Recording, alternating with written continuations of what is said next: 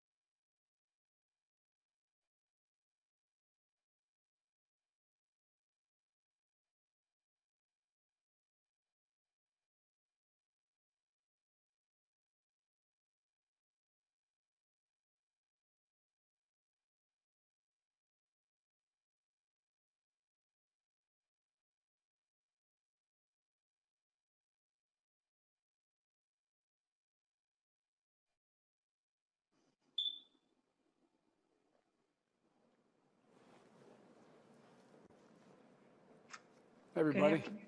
Good afternoon, sir. good afternoon. Good, good afternoon, everybody. My name is Cecilia Nguyen. I lead the Biden-Harris transition team's team on domestic and economic policy. And we're here to talk today about the economic crisis, which is something that we hear about through statistics on the news. We hear about it in debates in Congress, but it shows up for real in the lives of Americans all around the country. And that's what we're here to talk about today. So today we have 4 individuals as guests, people from around the country who are here to share their stories with President-elect Joe Biden. So Mr. President-elect, thank you. And over to you to get us started, sir. Well, thank you all 4 of you for being part of this. One of the things about COVID that's changed is that usually I'd be out in the community looking you in the eye and trying to figure out what was on your mind. I'd be going to your restaurants, your unions, making sure that I had a clear understanding of what you were facing, because it's all personal. Every one of you is dealing with something that is very personal and affects all of you differently, although in one sense, everybody's affected in the same way. So I want to thank you for joining me today and for sharing with me what you and your families are going through. And I know times are both tough, but I believe that with the right policies, we can fundamentally change things. And my hope is that we'll be able to help in a short order, but that depends a lot on our friends in Congress and the other side who are prepared to take the action that has to be taken. And when I think about the economy, I don't think about the gross domestic product or the state of the stock market. I think about families like yours, family like mine, families like I grew up in, where, my dad, when he lost his job when I was a kid in Scranton, Pennsylvania, when coal died, he was not a coal miner, but he worked there, and the economy collapsed. We moved down to a little steel town called about where I am right. And my dad, me and my siblings, I was the oldest, I'm probably the only one that really fully understood it early on, was he said, Joey, a job's about a lot more than a paycheck. It's about your dignity. It's about respect. It's about your place in the community. It's about being able to look your kids, your family, your friends in the eye and say, I think everything's going to be okay.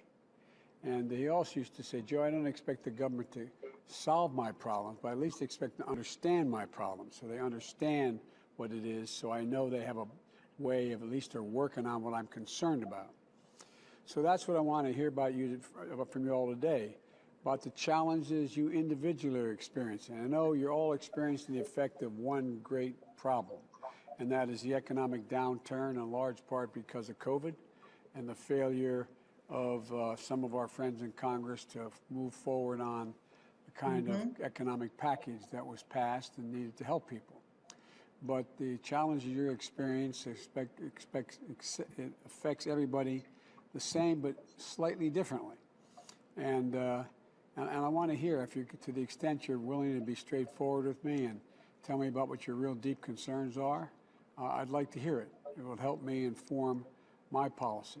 And I've been doing this on a regular basis, meeting with people who are victims of this economic downturn through no fault of their own, have done everything, work like heck their whole lives, and find themselves in a real dilemma right now.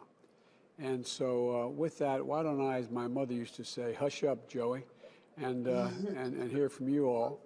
And then maybe I could, as you're talking, after you finish, maybe ask you some questions. And you all can ask me questions as well in the process here, okay? But let's just have a candid talk, because, I got involved in public life way back when I was a kid because of civil rights and because of ordinary working people and middle-class people who really built this country. The very wealthy, there are a lot of good people, but they don't need my help. But the families I came from need my help and need just an even shot, just a chance to make it. And when they've had that chance, they've never let the country down. So having said all that, why don't I be quiet, and I'll let you start. So you tell me who's talking first, and we'll go from there, okay?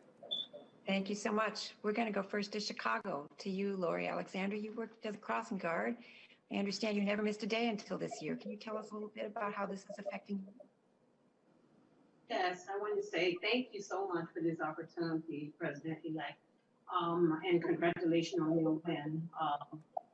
I've been working for the city of Chicago for 18 years, on and off. The city had so many different issues with when I first came into the department. However, COVID took a tremendous strain where I am now unemployed and I'm getting unemployment, and that's been difficult during the time of unemployment from the beginning of March. Um, the changes of the dollar amount that we've been getting, you can't even feed your family. And I just thank God that I don't have a family right now. My children are grown, they're adults, and they're able to fend for themselves. But unfortunately, as a mom, you still know you want to be able to take care of your children. If they call you and say, Mom, I need something, I can't even do that for them. And it's just been such a pleasure to have worked with Local 73, the union, because they have been helping me and guiding me through a lot of same things that I needed throughout this whole pandemic. I thank God for the organizations in my community and neighborhood, because I've been a leader, and also in my community, I try to work with seniors. I've been working with seniors for years, and I wasn't even able to help a lot of seniors this year, to be honest with you. That's just been such a turmoil, but I do thank God I have the opportunity to speak about it for other people who are unable to speak for themselves right now. My job right now, because it's on a scale where I don't know if I'm able to go back to work, my biggest concern is probably my pension, if I choose to retire, or even if I'm still going to be able to work. And if I do go back to work, would I even be safe? You know, it's just so many unanswered questions. Even just taking going to get tested and taking the virus. I mean, taking the virus, if they got it, if it worked, and what's the side effects to the virus? If you already have underlying health issues, it's just so many unanswered questions, and it brings a lot of confusion. I do pray that we can get some type of stimulus package where we again can take care of some of our needs of our family, where we can meet some criteria, things that we can take care of for food and shelter and clothing. I know when I got my stimulus before, that helped, but believe it or not, I was so caught up in dying in bills, it really didn't do much for me.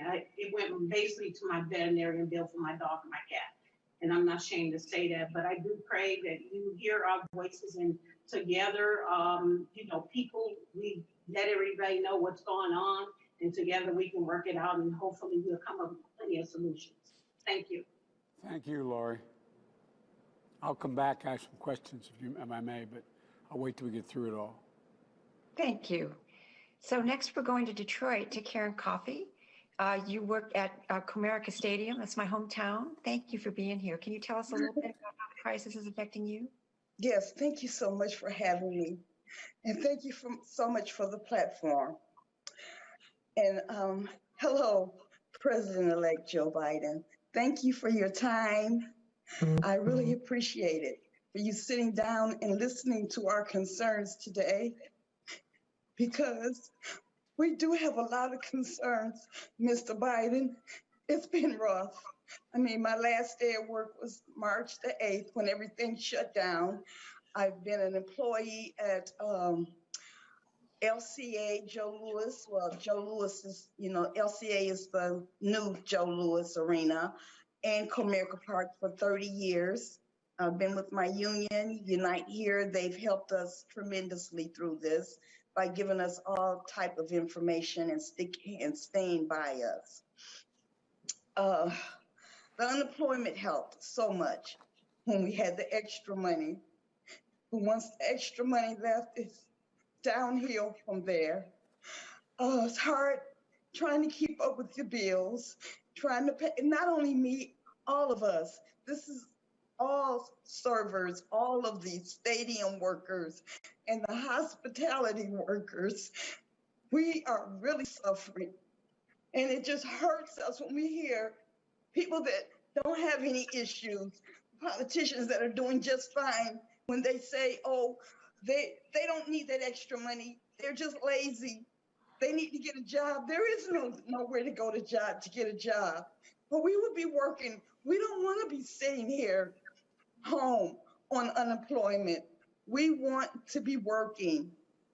We want to be able to go back to our old jobs that we had. That we want to make sure that they're safe for all the employees to come back. We want to make sure that the companies cannot go out and hire new employees once we are able to go back to work. That they, we were right in the middle of contracts, and we're just hoping that they don't try and, take our jobs away from us, that we've been there for so many years and we've been so dedicated to them. And our health insurance, now we don't have health insurance. A lot of us pay for our own health insurance because the companies don't pay for that. But now we can't even afford to pay our health insurance because we're not getting the money. And it's I don't even know what to say. We feel hopeless. That's how we feel. We feel like we don't know what tomorrow is going to bring, where there's any help going to come from. And it's just an everyday struggle for us. So we're hoping that we can get some help. Our health insurance is gone. Our jobs are basically gone. And we need job security. We need the companies to know that they can't give our jobs to somebody else once this is over, that we can come back. We want to be there. We want to pick right back up our lives and move on. I mean, my mother is here with me. It's just been mentally straining and draining to have to worry about, she's elderly, so I worry about her. Then I have to worry about my own self, trying to stay healthy without insurance so I can take care of my mother. It's bad. And we need help. We need help with unemployment. We need help with our health insurance, and we need to know that our jobs will be there once it is safe for us to go back. And I thank you for this time and this platform, for you listening to our concerns, and hopefully we can come to some type of help, something that can get us through this. Karen, can I ask you a question you before we go on?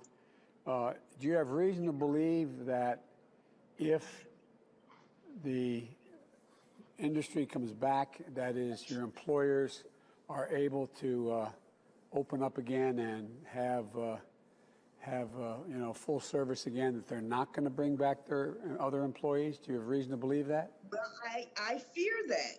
I really do. I fear that from the company that I work for. I mean, our union is trying to stand behind us and trying to make sure that we're okay, united here, but we don't know. We have not heard one thing from them since they closed down, since we shut down. Not one reach out, not one email, nothing to say we will welcome you back. So we don't know. We really don't know, none of us. Well, you ought to talk to your union. I think your union probably does know that they're likely. No, I am part of the union. Our company will not reach back out to us. Well, okay. It's ghosts. They're ghosts. All right, well, I think it's going to be hard for them to not hire back the existing workforce if they're able to hire people back. But that's a different, I'll look into that. But I have other questions later. Thank you. Thank you. Thank you so much, Karen. We're going to Milwaukee next. Dan Jacobs, you're a small business owner. You own restaurants. And this is the crisis has had an effect on you, on the people who work for you. Can you tell us a little bit about it? Absolutely. Thank you, President-elect Biden, and your staff for taking the time today to talk to American workers and me, the lone small business owner. Successful small business owners have one thing in common, and that's our willingness to do whatever it takes. This keeps us not very far removed from the other people on this call. But let me share with you what I'm going through right now. My name is Dan Jacobs, and I am a member of the IRC, which is the Independent Restaurant Coalition, HUA, Hospitality United Associations, and the co-founder of MERC, Milwaukee's Independent Restaurant Coalition. These organizations did not exist pre-COVID, but they came together in response to the pandemic to help navigate and find the best possible solutions to keeping our vibrant restaurant and bar communities together, and to help find a solution to the economic fallout of COVID-19. My partner, Dan Van Wright, and I, we own and operate the JVR Hospitality Group here in Milwaukee, Wisconsin. On March 1st, our group consisted of 90 plus employees, with 80% of them being full-time. 3 restaurants, a bakery, a restaurant consulting organization, and a Dan kiosk in the Pfizer Forum where the Milwaukee Bucks play. Today, due to COVID, we've had to reduce our staff to 26 employees, with only 12 of them being full-time. We're left with 2 restaurants, Dan and Esterev, having been forced to permanently close the bakery Batches and our French restaurant, Fauntleroy, because of a 91% revenue loss. Since June 1st, here at Dan and Esterev, we've lost another $700,000 worth of revenue. Unfortunately, this story isn't unique, not among the 500,000 plus independent restaurants or the countless small businesses across the country. I worry about our future as a company, but I mostly worry about the future of our team, as well as the workers of our industry and small businesses nationwide who are furloughed right now and whose UI benefits are set to run out already have. Our business initially missed out on the first round of PPP, but in the end, we did receive a PPP and an EIDL loan in May and in June. While these 2 programs helped, they just act as a Band-Aid to slow losses and furloughs. These programs are not answers to our deepening small business economic problems. For restaurants specifically, the PPP program falls far short. Only 8% of restaurants, or 8% of the businesses that received PPP loans were restaurants. However, our industry was the hardest hit, mainly because restaurants' first or second largest expenses are food and beverage costs, and these are not eligible as grant expenses. Our company personally exhausted our PPP loan in October. We closed our patios. I mean, it's winter here in Milwaukee, which I'm sure you know about Scranton winters. It's pretty much the same. Add that to the exploding COVID positivity rate that's come to form a perfect storm of loss of revenue for businesses. And then on top of that, the loss of jobs for the American workforce that were propped up by those PPP loans. As winter approached, we spent $20,000 to make our restaurant as safe as possible for our team and for our guests. But that money just seems like a waste now, as it's just not safe to be indoors with people that aren't in your bubble. We are worse off right now than we were in March. At least in March, there was hope, and there was a feeling that we were all in this together. Now we look toward a long winter that's here or knocking on the door with a feeling of true desperation. Last month alone, my company lost $23,000. At this rate, we will make our obligations, having to continue to get real scrappy, real inventive through March or April. But after that, our continued operation is not guaranteed or even possible without some help.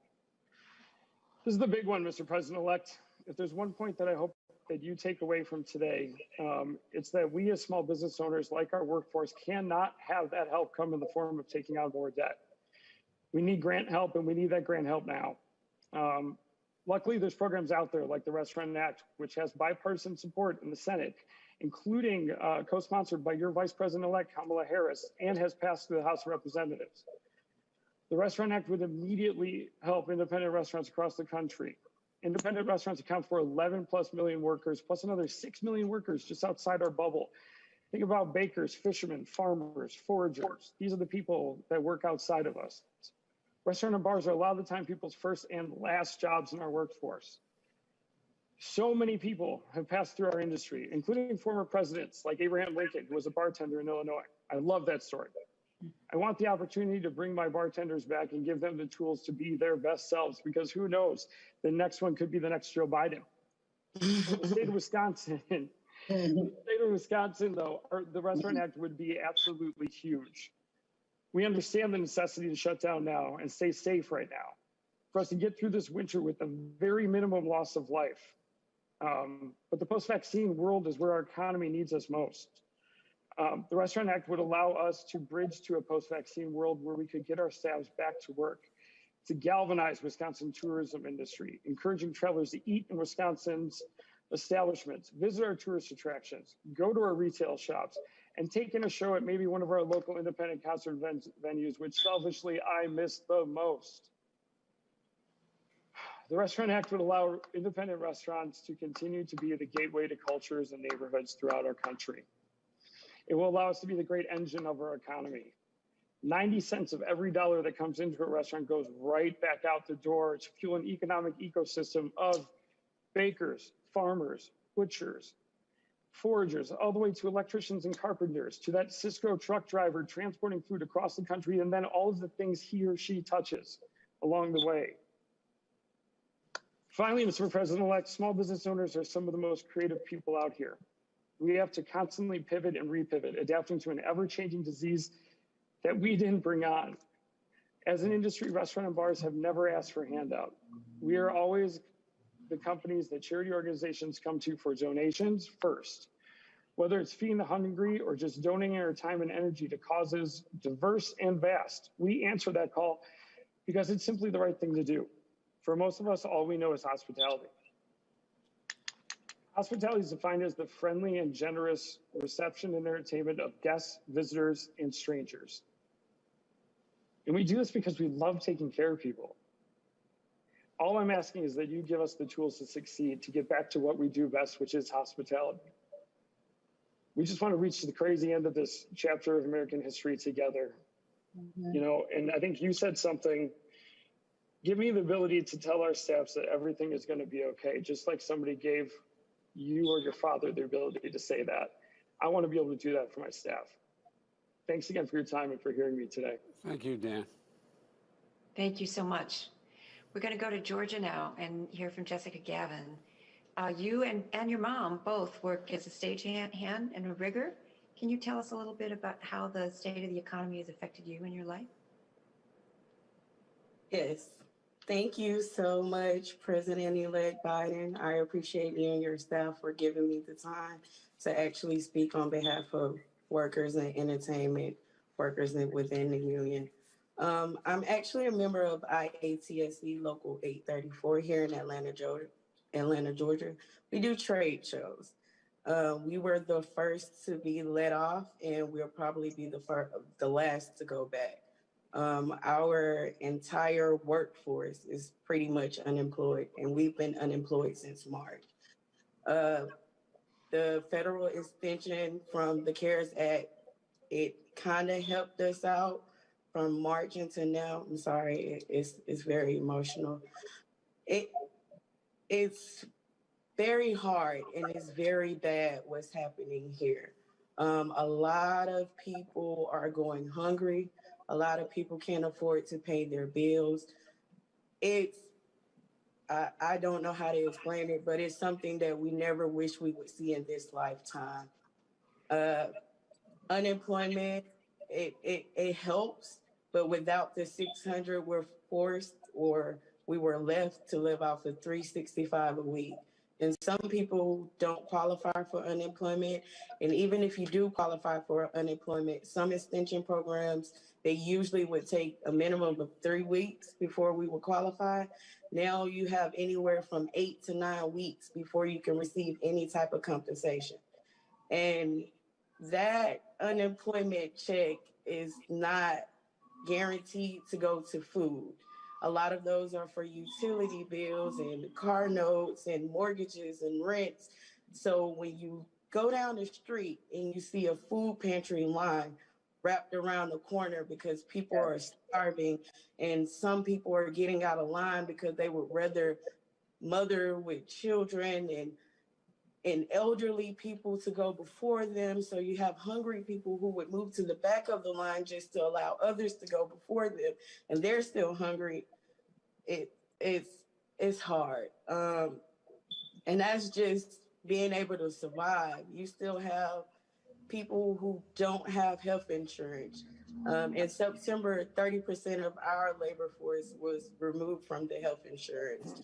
And by 2021 of February, 100% of my local union will not have health insurance. Entertainment workers right now are being put on the back burner. A lot of small businesses and a lot of other workforces are kind of going back slowly but surely with COVID relief and aid programs, but entertainment workers are still left behind.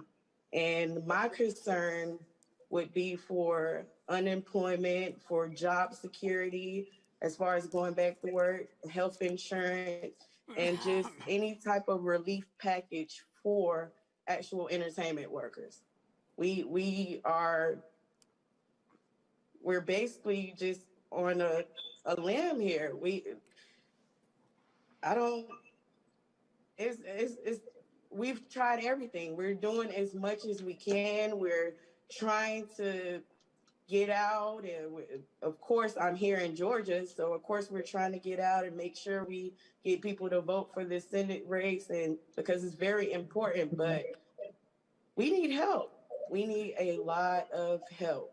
We need a lot of help. So, my concern is President-elect Biden, what will you do to aid workers who have been without since the beginning of February, some in January? What can you do, or what will you do to help us? We need help. And not all government assistance programs will relieve us from the burdens that we have of not being able to provide for our families. Yeah. And if you have union families like mine, my mother, my stepfather, my brother, as well as myself, we are all union members. So it's not like we can call another family member or call someone else to aid us when the entire family is off work. So my concern is the relief for working people during this time. Can I ask Thank you, you, before the president-elect responds, I know your family has been hit hard by the COVID epidemic itself. Mm-hmm. Can you share that with us and with the president-elect? Yes. Like I said before, it has been very, very hard. I am so thankful for my union, because if it wasn't for being able to pull from pensions, our annuity, or IRA, we would be left without. Like I said before, I can't call my mother to ask her to assist in taking care of my home because she's going through the same situation. So at this time, it's like we are all in a slump. We are all just waiting, and we're on a hope and a prayer that something will change, because now we're going into a full year with no work, no income, and majority of us have no health insurance. So that's no way to pay bills. That's no way to really put food on the table to take care of your family. Usually around this time, everyone would be getting excited for Christmas. We will always be grabbing gifts and wrapping gifts and sitting around. But due to COVID, you can't even sit around your family, and we can't afford to purchase gifts. Nope.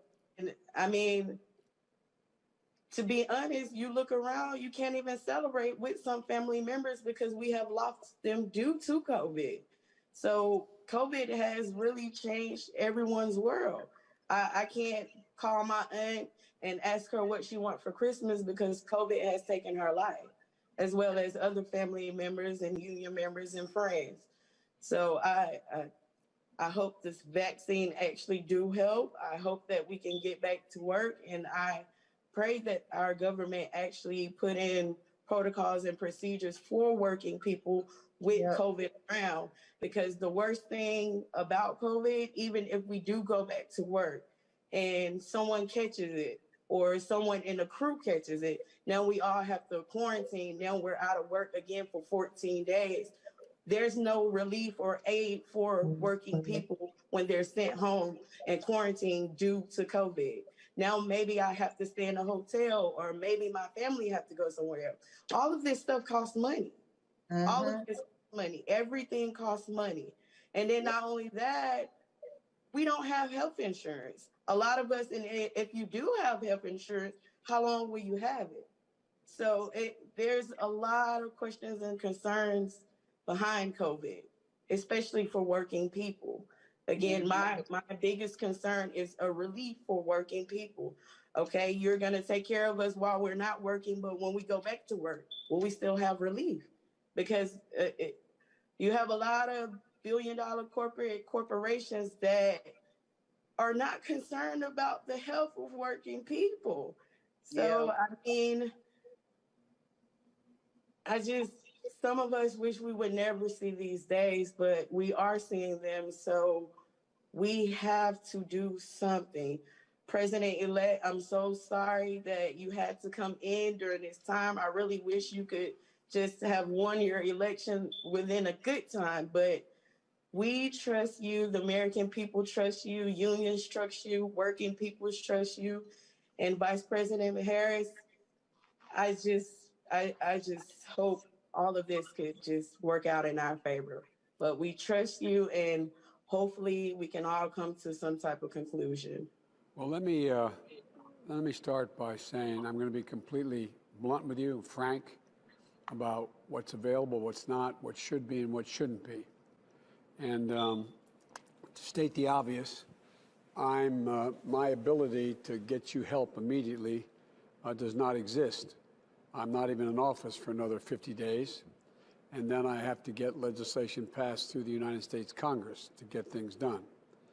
But I'll lay out what I want to do. But let me tell you what I think should be done in the meantime. Number one, there is what they call this lame duck session, a fancy word for saying the administration has changed, the Congress has changed, but the people who were there the past 2 years remain there until January 21st, when I would take office after being sworn in on January 20th. There's been an attempt to be able to provide for help in the meantime. One of my greatest concerns has been the failure to deal with COVID to begin with. Had we taken the action we should have taken back in late January, February, March, and April to deal with the disease, which the president said would go away, just like it will go away by Easter. It will, when the hot weather comes, it will be gone. Don't worry about it. It's going to be like a miracle. It's going to go away. None of that was true to begin with. And it was all designed, in my view, to make sure that it didn't spook the stock market, which doesn't affect a lot of you unless you have a 401k, and even then it doesn't affect you that much. So we didn't do the things that had to be done in order to be able to protect people's lives and to dampen down, flatten out this curve and begin to make real progress on getting rid of the disease. At the bottom rung, that still is the single most consequential thing that has to be done. We could provide all the aid in the world, and your restaurants aren't going to be good and open unless people decide they're all going to show up anyway and get COVID if they're in close proximity to one another. And the states are not going to be able to fund the school crossing guards, which are essential workers, and the teachers and the first responders, the cops, the firefighters, the EMTs, et cetera, because they have to balance their budgets. The cities have to balance their budgets. And the good, smart thing about our founders, although it was over 200 years ago, that's why they allowed the federal government to deficit spend. That is, in moments of crisis, to be able to spend money on the come so that, in fact, we could get the economy moving again, which has happened in every great recession that we've had. And so, but what happened is that we're now in a situation where the Congress in these CARES Acts that they passed a couple $1 trillion worth of help. And one of the big problems was that help went to a lot of people who didn't need the help. The PPP and the PPE, the equipment, went to places that were doing pretty well. They didn't go to the people who badly needed it early on. Some of it did, but not nearly what it should have. And I think your experience, Dan, was that first time you went for the PPP loan, you went to a major bank and they decided they weren't going to fund it, if I'm not mistaken. Well, you may remember, because you seem to be attuned with what's going on in the news, I argued that that was going to happen because the big banks, even though they weren't liable for any of this money, they were getting it. We bailed them out in the past, you know, they were being held harmless. It was too much trouble to take the time to lend it. They'd ask you, do you have a credit card with us? Do you have an account with us? Have you borrowed with us before? Or do you have a system? And by the time you get answers to all that, the answer is basically no, we're not going to lend to you, and you're in trouble. You're already behind the 8 ball. And so the first point of this is that I think that the Congress, they're trying like the devil. There was a bipartisan effort. It's been happening now time and again, a bipartisan effort that came forward about 3, 4, or 5 days ago that called for, instead of the $1.6 trillion that the House thought, I think it's 1.6, Cecilia, I can't remember the exact number, in the new bill that they passed, back in May they passed it. They just finally decided they negotiated something for about $900 billion. Wouldn't be the answer, but it'd bring immediate help for a lot of things quickly. But what happened was the president said he wouldn't support it, and apparently Republicans in the Congress said, the Senate said they wouldn't support it. So it's now back to square one again. And what our friends seem to be focusing most on is liability. Guaranteed there's no liability for businesses if, in fact, they open, anything happens. I mean, anyway, it's a long story, but here's the deal. One of the things that we think should happen and continue is that no one should be evicted from their apartment or their home for being able to fail to be able to pay their rent and or their mortgage until this crisis is over. And it should be funded. That should be held up. Now, you can't deny the apartment owner. He or she's not have just pockets that are so deep they can afford to pay everything and not have anything. So it was supposed to be paid for, not a loan, to be paid for in a crisis. This is a national crisis. This is a national crisis that we're facing, and it affects the entire economy. So the first thing is rent and just your housing, your basic housing. Are you able to maintain without being worried you're going to be getting notice you're thrown out in the street? Number two, and if you're fortunate enough to own your home, that's a different thing, or own your condominium, that's a different thing. Second thing is that there was a proposal we put forward that suggested that already over 10 million people have lost their health insurance because their businesses went out of business. So they can't afford, the business can't pay anybody. The business is out of business. So it's basically bankrupt. So they're not able to participate in paying for that. And so there's a lot of wonky language, but there was a proposal that said that we would, in fact, the federal government, pay the share that the business used to pay for the employee so they could keep that health insurance policy they had, and until things got better. Thirdly, we find that the president is still in court trying to strip away all of health care from the Affordable Care Act. Just flat eliminate it all, get rid of it all. It's deadly wrong. I think not only should we keep it, we should be adding to it, providing for a public option, a Medicare option if you choose that. If you can't afford to buy in, then you're in a situation where you get Medicaid. If you're eligible for Medicaid and your state doesn't provide it, you get it for free, period. There's two ways to deal with health care. One is to supplement the businesses that are going out of business or can't afford to keep their health insurance for their employees. And secondly, to make sure we make it a lot easier to buy into the Affordable Health Care Act and get more coverage with a lot cheaper, with drug prices coming down substantially, as well as making sure that there's a Medicaid option, a Medicare option, like option in the health care plan. That is my objective. That's what I ran on. That's what one of the reasons I think I got the nomination. And so that's going to be one of my first efforts as well when I get elected. It's not going to happen between now and then. Third thing that it seems to me is the unemployment with the $600 kick-in is really important. It's the thing that allows people to stay above water. It gives some sense of security. It's not like there's a lot of jobs you're going to go to. Like, oh, you're sitting home being lazy. Well, where the heck are you going to go get a job? Every one of you, if there were another job out there that could pay you something, you'd be out applying for it.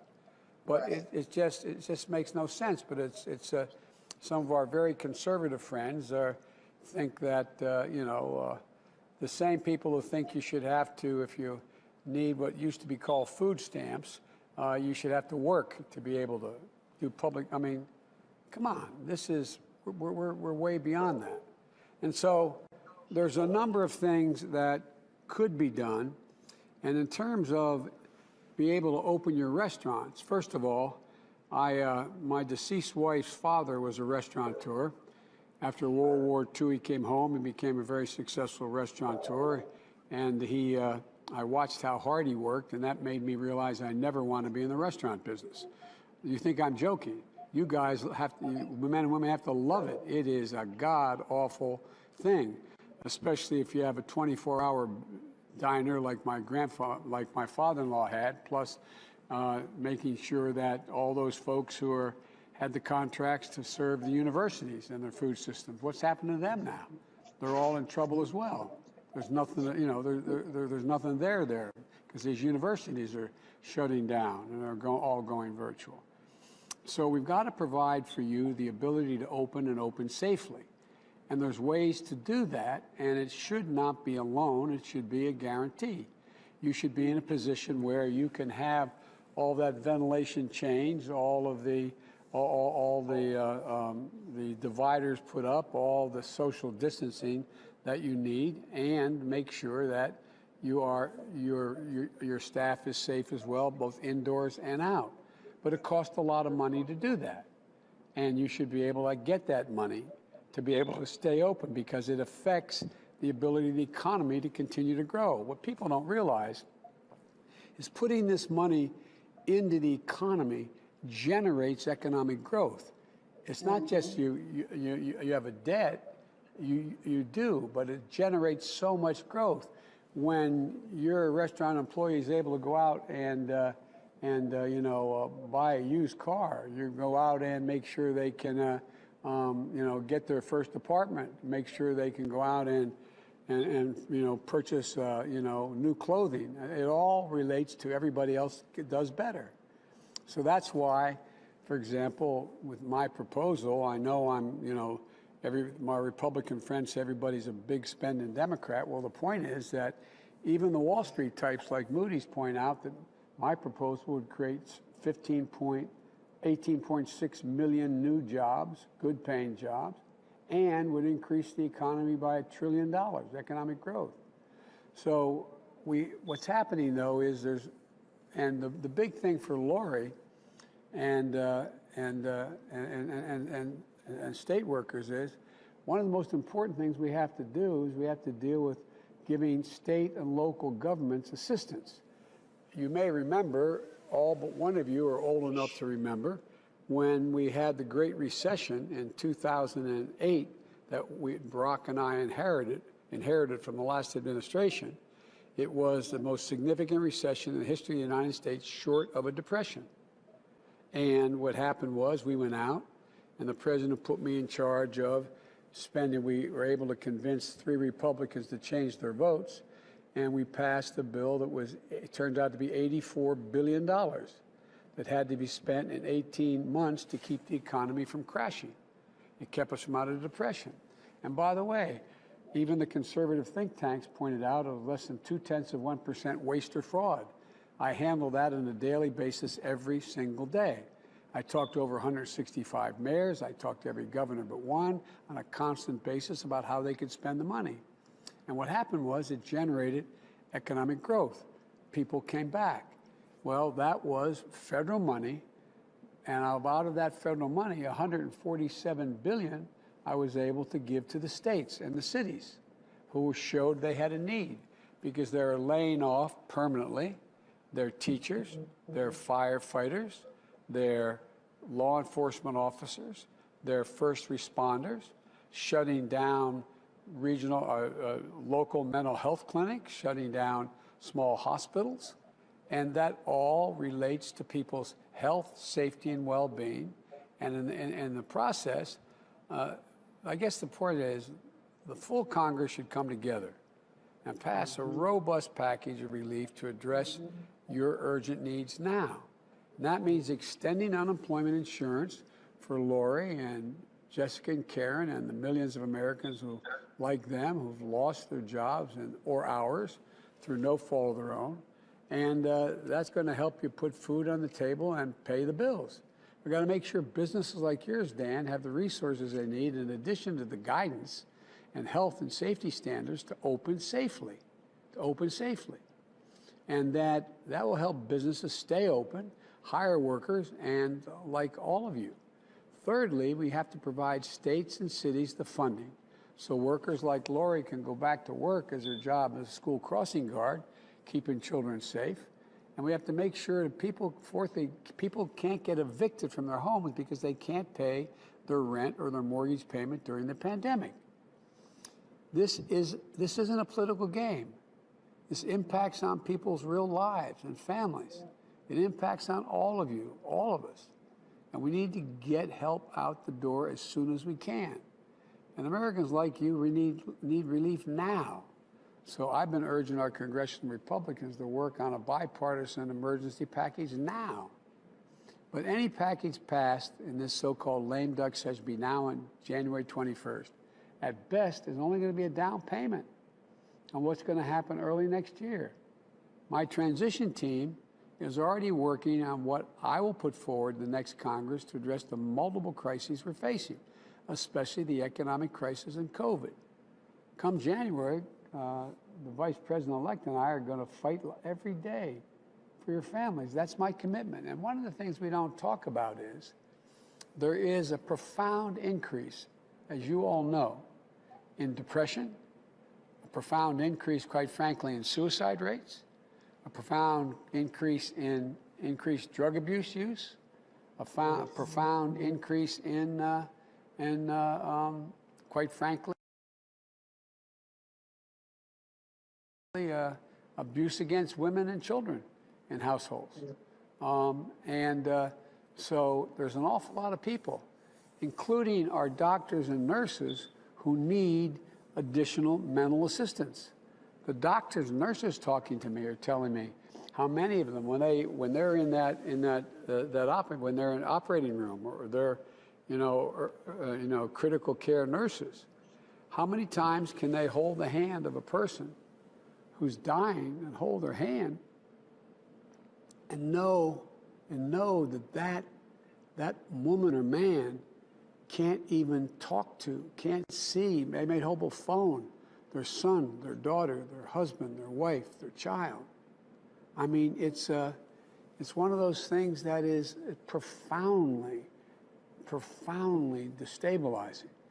And so there's a lot we have to do to keep them up. Now, one of the good news pieces here is, and it really is that, as you probably have been reading, I early on put together a COVID task force of the most significant scientists in the area. I think how many we have on it, Cecilia, now? 23 members, something like that. I think so, yes, sir. And these are the leading doctors in the world, happen to be in the United States. And there's two things that are happening for real. One, help is on the way in terms of vaccines, but the vaccine is not the most important thing. It's the vaccination. It's one thing to pay and the government have people show up and get the vaccine. It's delivered to the state capital or to hospitals, wherever it's going to be delivered. Another than to get that vaccine from the vaccine, I don't want to scare anybody, but into the arm, to get a vaccination. That's a really expensive proposition. We're talking about having to make sure over 340 million Americans, and others I might add, have to have access to that vaccination. And so that's going to rapidly, God willing, once we have it, be able to get out and be able to change the way in which we no longer have to shut down like we did. And what's happening is, and I hope you all are listening, as with all the trouble you're going through, You cannot be traveling during these holidays. As much as you want, I have a large family. Barack used to kid me about it. I mean, everything for me is family, beginning, middle, and end. When one comes, everybody comes. You think I'm joking? I'm not. You know, we would have 16 people go away every Thanksgiving. My deceased son, before he passed away, we'd all go away, and we'd go away on Thanksgiving to be just a nuclear family. Mom, dad, sons, daughters, husbands, wives, grandchildren. And the first time, we had a Thanksgiving with my wife and myself, my daughter in the region, and her husband, who's a doctor in the region. That's it. All my other kids, everybody else in the family, was on Zoom on Thanksgiving, which doesn't. Well, Christmas is going to be a lot harder. And, you know, I don't want to scare anybody here, but understand the facts. We're likely to lose another 250,000 people dead between now and January. You hear me? Because people aren't paying attention. People aren't paying attention. You are, Dan. You're not letting people congregate inside your restaurant. You know what that would mean. But there's ways we have to bring down the virus. We have to bring down the replication rate of it. Anyway, we have to significantly increase testing. And there's a lot of things we can do by the spring to be able to get everybody back in the swing of things, and people being able to safely open, and safely be with one another. But look, I know Trump always made fun of me. I'm always wearing this mask. But let me tell you something. It matters. It's not about saving my life. It's about saving your life. When I have this mask on, I have the heavy one underneath it. When I have this mask on, it's less about me being safe. It's about me making sure that you're safe. It's a patriotic thing to do. It really is. You know, I hear all this about, well, it's a great sacrifice of my freedom. Well, tell that to all the people who went to World War I and gave their lives, and World War II, and the Korean War. I mean, come on. You're helping other people. It's not you. It's other people. Other people. And so I think we have to change the mindset here a little bit. It's got to be about giving. About giving. You know that old expression from the Bible, what you do unto the least of my brethren, you do unto me?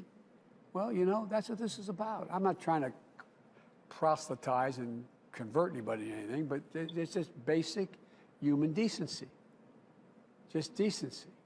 So, look, I promise you, the things that I'm going to be working on very, very hard are first and foremost getting the billions of dollars that are needed to get COVID under control, get the vaccine distributed, get it out quickly, and get it to the most urgent people most urgently needed.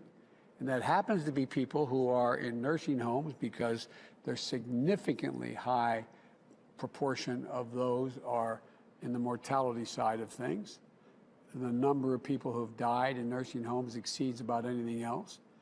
You're going to have to get it to those doctors and nurses who, by the way, are losing their lives. Their lives. A lot of them. Not a joke. It's about those first responders driving those ambulances, making sure that they're showing up. It's about that fireman going into a burning vehicle and pulling somebody out, not asking, do you have COVID or don't you have COVID? I mean, we have to get and then to get to the school teachers and businesses, small businesses, to be able to open. Because small business is the economic engine of the country. And restaurants are a major part of that small business. A major part of that small business. So, you know, I just think that, you know, Karen, I know this has a lot of emotional strain on you and everybody else. And, but imagine what it's like if you weren't even a member of a union. I know. That's why I love my union. No, but my point is, that's the last point I want to make. America is built by the working folks and middle class. And the unions built the middle class.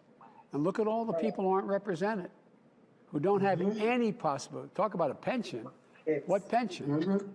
I remember my dad coming home and saying, well, I started this pension, the company, he just decided to stop it. Boom, done, over.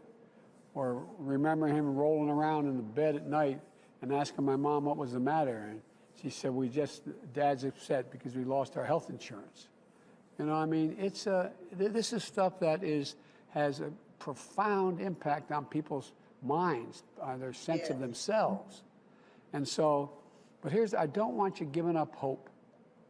I really don't want you giving up hope. I promise you, hang on. We're going to get through this. You're going to get through this. It's going to be hard as hell for the next 50 to 70 days, unless the House acts in some way, the Senate acts and passes some of this material. And Dan, I think we got to go back and look at all the businesses that have gone out of business, and look at all, particularly minority businesses. You know, you have, something like 4 out of 6 black businesses going out of business. The center, whether it's the local grocery store or it's the beauty salon or whatever, it's the center of communities. Most of you are from fairly large cities. Well, there's a lot of rural areas that are really getting crushed. They don't have anything going for them. We can fix it. And I think when we fix it, we got to go back and try to make up for what we didn't do for you all, what we didn't do, so people aren't left with staggering amounts of debt, staggering amounts of as they go through. So anyway, every time I'd walk out of my grandpa's house up in Scranton, Pennsylvania, he was a good guy, and he'd yell, "Joey, keep the faith." And my grandmother would yell, "No, Joey, spread the faith." You got to spread the faith a little bit. No, I really mean it. I promise you, watch. I always try to do what I say I'm going to do. If I make a mistake, I'll tell you I made a mistake, and I'll take responsibility. It's the responsibility of the President of the United States to set the agenda as to how we deal with this crisis. It's a responsibility. Guidepost for how people can move forward instead of leaving it to and the mayors and governors are working like hell, Democrat and Republican. They're working like hell. But they need more guidance and more help. And that's what my job is as the commander-in-chief. I view this as sort of a standing army we got to put together to deal with this. But, we all know, you've all been through not just this crisis. Many of you have been through difficult times in your life in other ways. We all have dealt with pain, but it's kind of the human condition is that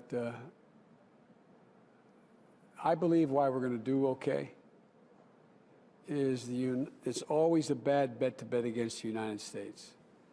The United States is all about possibilities. There's never anything we've tried to do together we haven't been able to get done.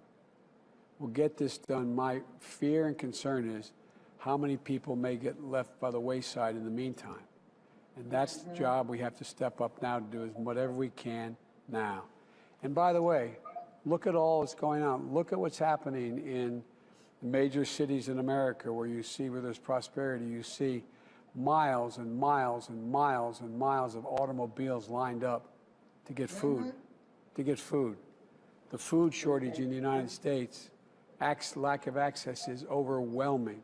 Like you said, Jessica, people in line and stepping, or maybe it was you, Karen, saying in line and backing up to let somebody else move.